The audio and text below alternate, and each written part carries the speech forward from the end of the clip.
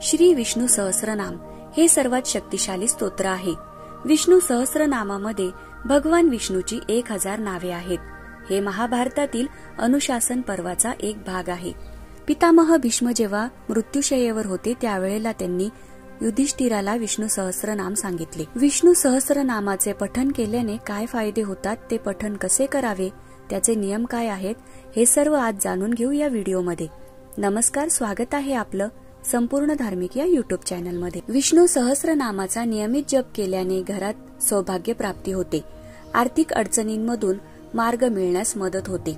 विष्णू सहस्रनामामुळे व्यक्तीचा आत्मविश्वास वाढतो, अनेक लोकांच्या दुर्दैवावर आणि शापावर मात करण्यास मदत मिळते, एकाग्रता सुधारते, तणाव कमी होतो, सकारात्मक विचारांना प्रोत्साहन मिळते आणि मन आनंदी होते।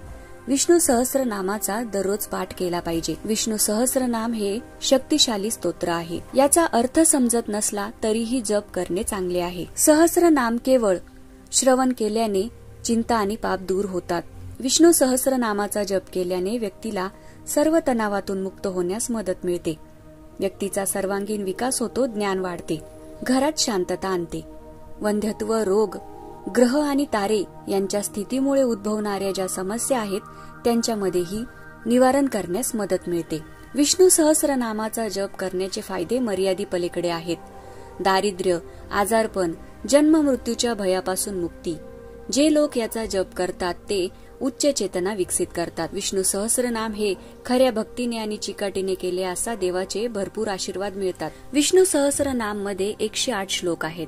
वाचता येत नसेल तर फक्त ऐकले तरी सुद्धा त्याचे फळ मिळू शकते। हे स्तोत्र दिवसाच्या कोणत्याही वेळी पठन केले जाऊ शकते, परंतु ब्रह्ममुहूर्त त्याचप्रमाणे संध्याकाळी 5 ते 7 ची वेळ, यावेळी स्तोत्र पठन करणे अत्यंत शुभ मानले जाते।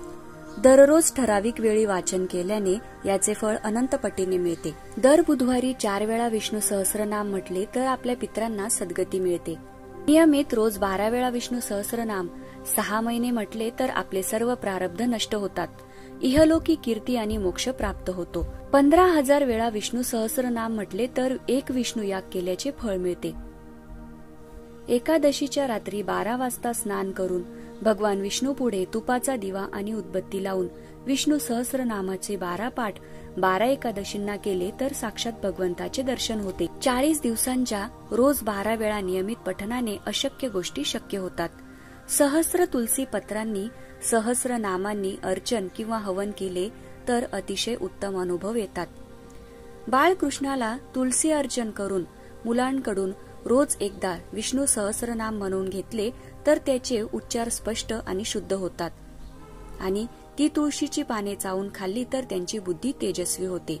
वास्तुदोष जाण्याकरता रोज 3 पाठ आठवडाभर करावेत। याची सुरुवात बुधवारीच करावी। तुपाचा दिवा आणि उदबत्ती लावावी। बाहेरच्या बाधेचा त्रास असेल किंवा संतती मतिमंद असेल अशा व्यक्तीला दररोज सकाळ संध्याकाळ श्री विष्णू सहस्रनामाचे पाठ ऐकवावेत। घरामध्ये कोणी व्याधीग्रस्त असेल तर विष्णू सहस्रनामाच्या पठनाने व्याधी नष्ट होतात, शरीराभोवती एक सुरक्षा कवच उभे राहते।